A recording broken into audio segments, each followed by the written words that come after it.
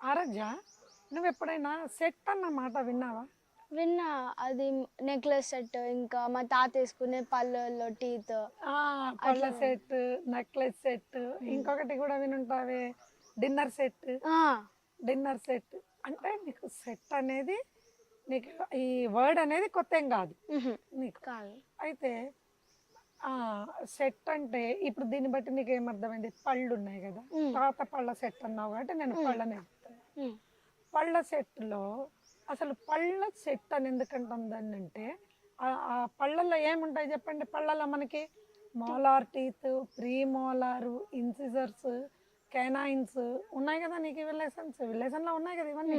ఉన్నాయి. ఇవన్నీ కలిపి మనము టోటల్గా పళ్ళ సెట్ అని ఇస్తాం. మ్, తాతయ్య అప్పుడప్పుడు మర్చిపోతుంటే నా పళ్ళ సెట్ ఎక్కడ ఉందని ఎత్తుకుంటూ ఉంటాడు కదా, అది తెలుసు కదా నీకు. అందుకని అది ఒక సెట్ అవుతుంది.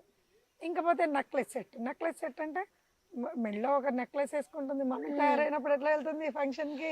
నెక్లెసెస్. నెక్లెస్ అవన్నీ వేసుకొని వెళ్తుంటుంది. అయితే ఇది ఇక్కడికి నెక్లెస్ వేసుకుంటుంది, తర్వాత ఏంటి వాటికి కొన్ని కమ్మలు పెడుతుంది, మళ్ళీ ఏం చేస్తుంది బ్యాంగిల్స్ వేస్తుంది, ఇవన్నీ వేస్తుంది. కాబట్టి అవన్నీ కలిపి ఒక సెట్ అని.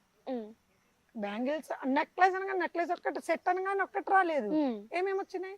చైన్ వచ్చింది, బ్యాంగిల్స్ వచ్చినాయి, ఇవి వచ్చినాయి, అన్నీ వచ్చినాయి. కాబట్టి దాన్ని ఒక సెట్ అన్న. ఓకే, ఈరోజు నేను నీకు సెట్స్ అన్న టాపిక్ చెప్తాను.